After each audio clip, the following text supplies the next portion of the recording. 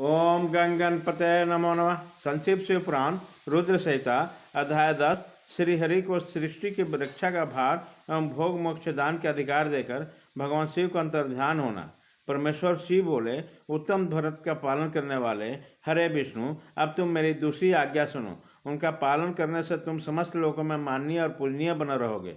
ब्रह्मा जी के द्वारा रचे गए जब कोई दुख या संकट उत्पन्न हो तब तुम उन संपूर्ण दुखों को नाश करने के लिए सदा तत्पर रहना।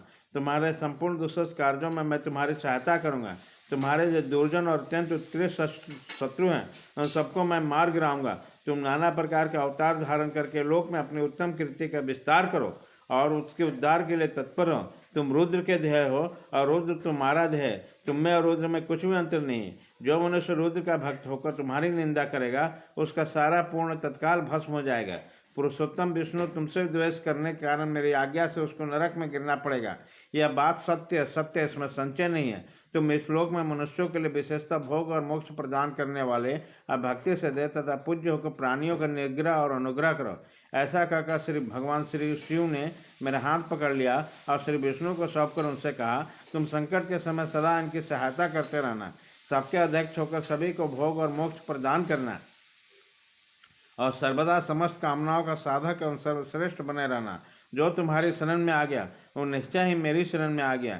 जो मुझमें और तुम में अंतर समझता है वो अवश्य नरक में गिरता है। ब्रह्मा जी कहते हैं, देवर से भगवान शिव का वचन सुनकर मेरे साथ भगवान विष्णु ने सबको बस में करने वाले विश्वनाथ को प्रणाम करके मंद स्वर में कहा।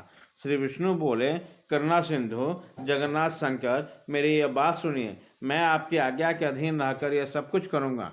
स्वामिन, जो मेरा भक्त होकर आपकी निंदा करे उसे आप निश्चय ही नरकवास प्रदान करें। नाथ, जो आपका भक्त है वो मुझे अत्यंत प्रिय है। जो ऐसा जानता है उसके लिए मोक्ष दुर्लभ नहीं है। श्री हरि का यह कथन सुनकर दुखारी हर ने उनकी बात का अनुमोदन किया और नाना प्रकार के धर्मों का उपदेश देकर हम दोनों के हित की इच्छा से हमें अनेक प्रकार का वर दिए।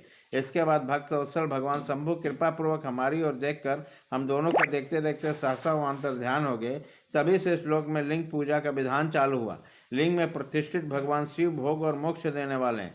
शिवलिंग की जो वेदी या अर्घा है वह महादेवी का स्वरूप है और लिंग साक्षात महेश्वर का लय का अधिष्ठान होने के कारण भगवान शिव को लिंग कहा गया, क्योंकि उन्हीं में निखिल जगत का लय होता है। महामुनि, जो शिवलिंग के समीप कोई कार्य करता है उसके पुण्य फल की वर्णन करने की शक्ति मुझमें नहीं है।